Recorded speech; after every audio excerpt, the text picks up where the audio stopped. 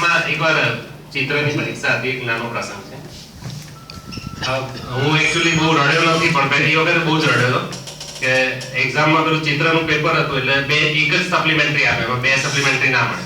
તો બાજુવાળાએ કીધું કે આમાં વોશ કરવાનું, પેલા એમાં પાણીમાં નાખીને રૂઆમ ઘસીને વોશ થઈ જાય, પછી કે પેઇન્ટિંગ કરીને મસ્ત થાય. એટલે મેં વોશ કરી તો જાડો થઈ ગયો, તો આખું પેપર બગડી ગયું. તો અન્નપૂર્ણા ટીચરે કીધું મને બીજું આપો સપ્લિમેન્ટરી. તો કે બીજી તો ના મળે કે.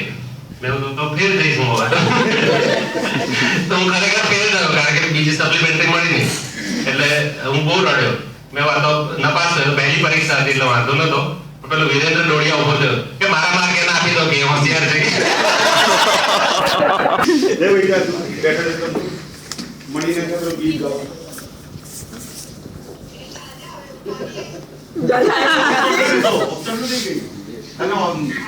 પતિ ગયો, આજે માર તો પડવાનો છે. એટલે હું જે ખૂણામાં, જે લાઈનમાં બાપુ નતા ઘૂસી શકતા એ બાજુના ખૂણામાં હતો, હું ખસી ગયો ત્યાંથી. બીરેન બેન્ચના આ છેડે આવી ગયો, એને થયું કે આજે બાપુ મારશે.